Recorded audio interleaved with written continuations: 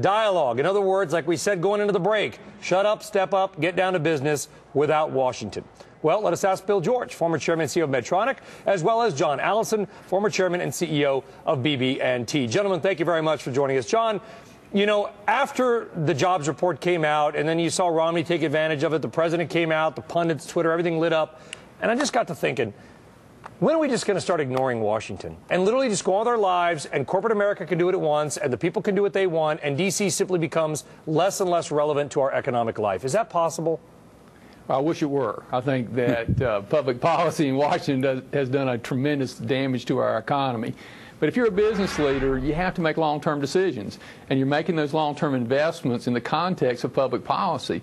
And any intelligent business leader can look forward and say, wow, we got a real physical mess in the U.S., and we don't have any meaningful solution. In fact, the current administration solution is kind of a disaster from a business perspective, so it's not surprising that business people are cautious. And it's interesting, if you actually look at the numbers, the more cautious ones are small businesses, not big business. You know, BB&T is largely a small business lender, and if you look at the lack of job creation, it's mostly in small businesses. And I talk to a lot of these small business owners, and they're making the same decision. They say, well, you know, I'm getting by. In fact, my business is okay, but I'm not willing to invest until I am not only more certain, but I'm also certain that we aren't going to have some of the solutions that are so bad for my company in the long term. Right. You can certainly understand the cautiousness of small businesses. Bill, you talked to a lot of large employers and a lot of large CEOs. What are they saying? And do you feel that maybe they're using dysfunction at D.C. as an excuse not to hire?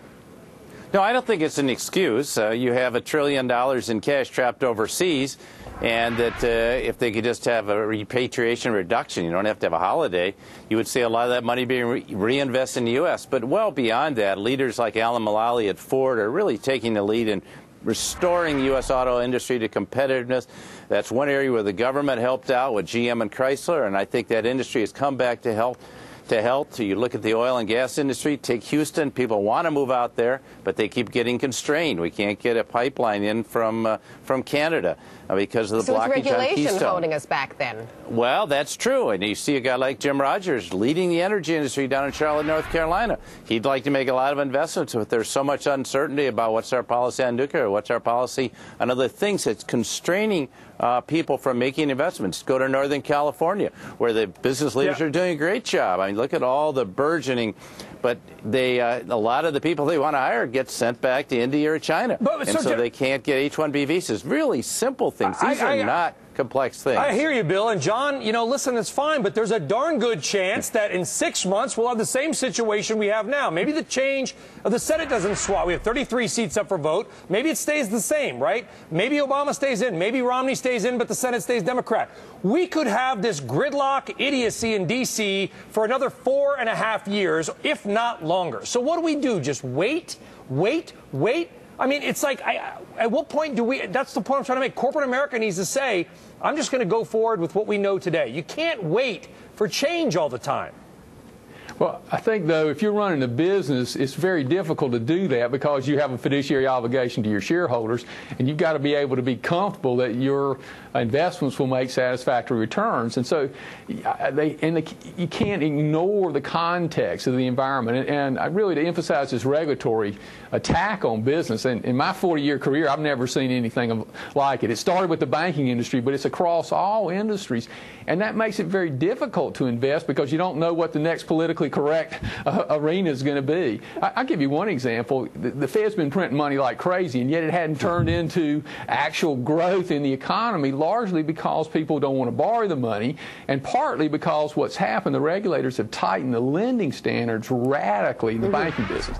They're tighter than they've been in my 40-year career. And so Tom comes in, he gets turned down for a loan, he goes and tells all his friends he got turned down, and they're actually scared to come to the bank, and makes them more conservative. But the banking regulators are playing a really destructive role, and it's much worse than, you know, we had a correction in the early 80s, we had a correction in the early 90s. The regulators overreacted then, but this time they're overreacting in spades. There's an awful lot of red tape out there. Bill, if you were still a CEO, would you be hiring now? Yes, I would, and I'd be investing. I agree with John, but I'll agree with Brian. It's going to be 4.5 years of gridlock. Whomever gets elected president, I think you're going to see gridlock. But somehow we have to come to our rational senses and allow the growth industries to grow, and I'm hoping we'll see more of that. But meanwhile, I think the progressive business leaders are moving ahead. They're making the investments, and they're getting competitive. We started a big competitiveness study up at Harvard Business School, and Michael Porter and Jan Rifkin and others of us are working very dedicatedly on that, not worrying about the government. Let's get business really competitive in this country. And I'll tell you, today, a lot of manufacturing is coming back to the U.S. because we're finding, if you look at total cost, we're very competitive, particularly if you have cost of energy, cost of logistics. So I think the U.S. is in a position to move forward. We've got to stop worrying about Europe. Look, the German model is a great one. Stop attacking the German. Let's get back to fixing our own house.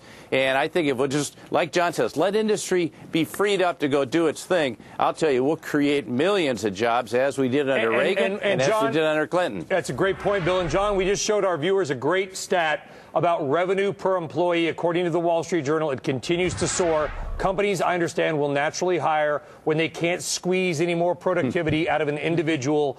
Are we close to that point? I think the opportunity's there. I think with the right kind of view of the future at a macro level, it'd be amazing what would happen to our economy. We're making huge advances in technology. We have radically improved our cost structure, as Bill just said. If we really had a free market, we would have almost no unemployment in the United States. We'd have a phenomenal growth rate.